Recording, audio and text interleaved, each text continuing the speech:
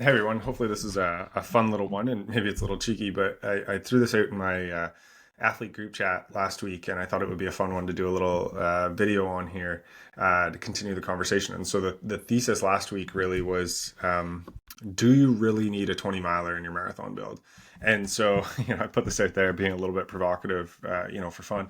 And it got a ton of engagement. So I thought, okay, well, let's do a little video about this because maybe it'll help future athletes. And so, the example I want to provide is of three athletes. So I want to contextualize how we think about this need for 20 miler, right? So let's say you've got a 210 marathoner, a 3 hour marathoner, and a 4 hour plus marathoner, right?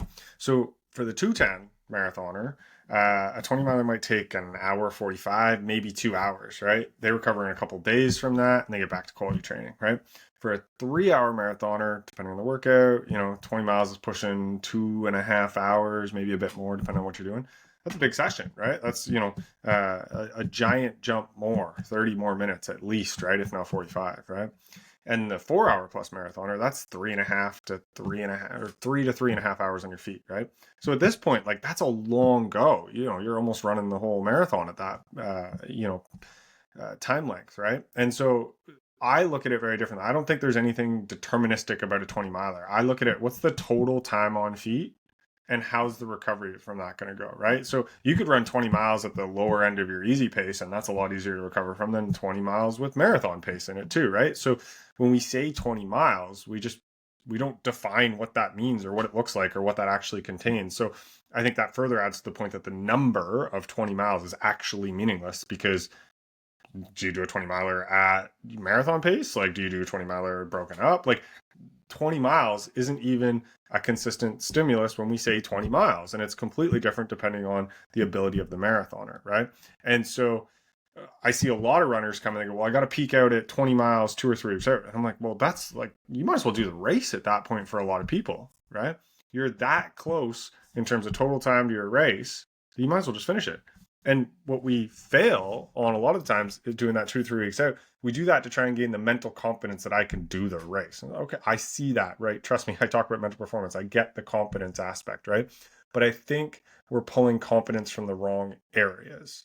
And if I back it up a second, I'll come back to confidence. But on the physical side, what ends up happening is it takes a long time to recover from that. So your last couple of workouts where you're supposed to be feeling good, feeling like it's a little bit easier, right? Feel way harder because it's like recovering from the marathon. So then you actually lose confidence because the workouts and how everything feels in the final couple of weeks is worse, right? So what we think we're getting in confidence, we're actually eroding on the other side, right? And so the problem is that number, 20 miles, right? It can be something completely different for every runner and depending on how you do it, right? I argue that your body doesn't care about that number. It doesn't care that it was 20 or 19 or 21 or whatever it is, right? And so, you know, the other thing I would say is culturally, if we take a step back and we look at running across the world, I coach athletes in a lot of countries. I've talked to elites from multiple different countries, and this 20-mile thing is uniquely American, right? I can tell you, I'm Canadian. I work with and have worked with a lot of elite Canadians. Nobody up here is like, you know what, crushed my 32K. Like nobody says that. Nobody's like, oh my god, if I didn't do 32K, I'm not ready, right?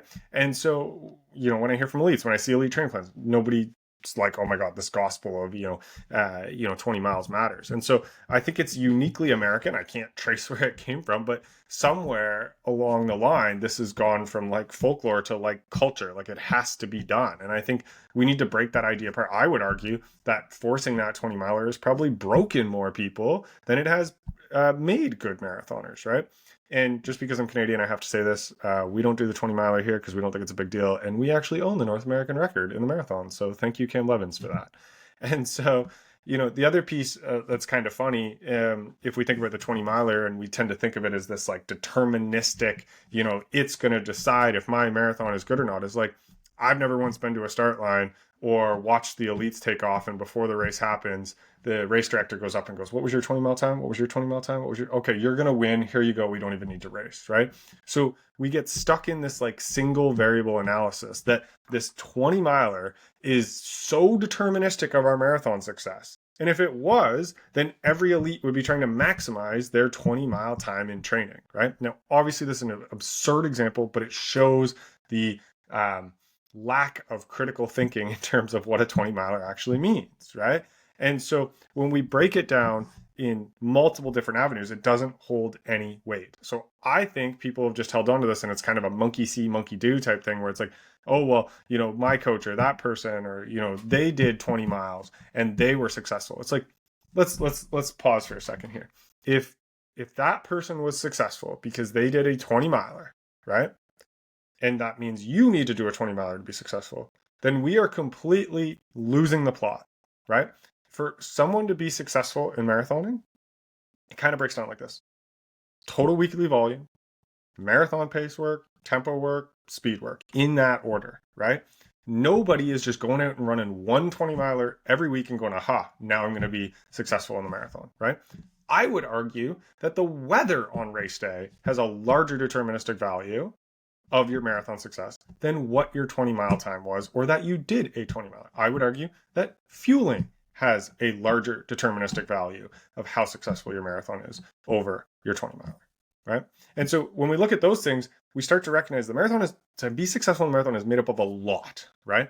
But for us, we like to be very simple and just go, it's this one thing. And then what happens is we see that 20 miler, or we put that 20 miler on the schedule, and then we crank it. And we go, oh my God, see, I'm so fit. I ran 20 miles at this. And we start to think, great, my marathon's going to go successful, right? And as I touched on earlier, then all the downstream stuff comes. You don't recover well. Your next couple workouts are kind of shot. And it takes you a couple weeks to recover. You go into the marathon, not fit, not confident, right?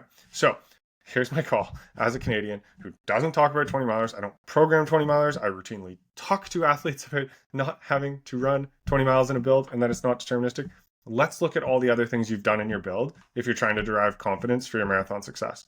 How consistent you were, right? Across your 12, 16, however many weeks you're using, right? How your long runs have gone in generally. How your marathon pace workouts have gone in generally. How your fueling is, right? What's the weather going to be on race day? All of those things have a larger deterministic ability of the multivariable equation that is marathon success. I hope I've proven that. Drop comments, questions. I know it's provocative, but I think it's something that needs to be said because I answer this question almost every week with athletes asking about where their 20 miler is or when it's going to be there. And so if you disagree with me, also tell me that. I would love to hear your arguments for it. Maybe I'm wrong. I don't think I am, but maybe I am. And I would love to see where I could be wrong.